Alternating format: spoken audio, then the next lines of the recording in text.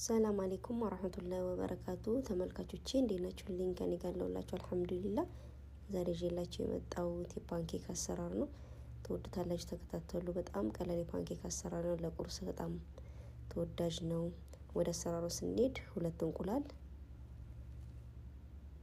ቫኒሊያ 1 ማንኪያ በትንሹ በደንብ አዋህዳለሁ።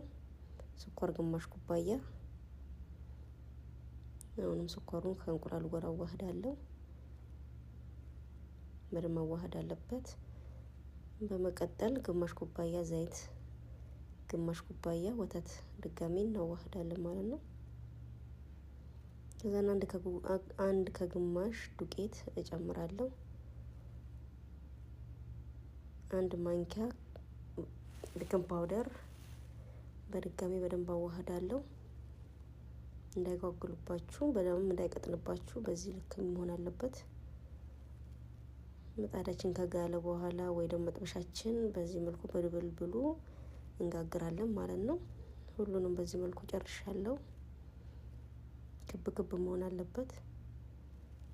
አይን እንደዚህ ማውጣት ሲጀምርላችሁ ገልብጡት፣ እንዳይቃጠልባችሁ በጣም ይፈጥናል ማለት ነው። እንደ ኬክ ስለሆነ የተፈጣን ነው፣ ይቃጠላል። ገልብጡት። በዚህ ከለር ሆኖልኛል። እኔ በቃኛል፣ አወጣዋለሁ። ሁሉንም በዚህ መልኩ ጨርሳለሁ። ለፍጥነት እንዲመቸኝ ቪዲዮ እየቆረጥኩ ነው። እዚህ ጋር ፈለጋችሁትን ሶስ መጠቀም ትችላላችሁ። ሺራ መጠቀም ትችላላችሁ። ቾኮሌት መጠቀም ትችላላችሁ። እኔ ፎስቶክ ነው የተጠቀምኩት። በጣም ጣፋጭ ነው፣ ትወዱታላችሁ። የዛሬ ፓንኬኬ ይሄን ይመስላል። ለልጆች አሪፍ ነው፣ ተወዳጅ ነው። ለቁርስ ስለተከታተላችሁኝ አመሰግናለሁ።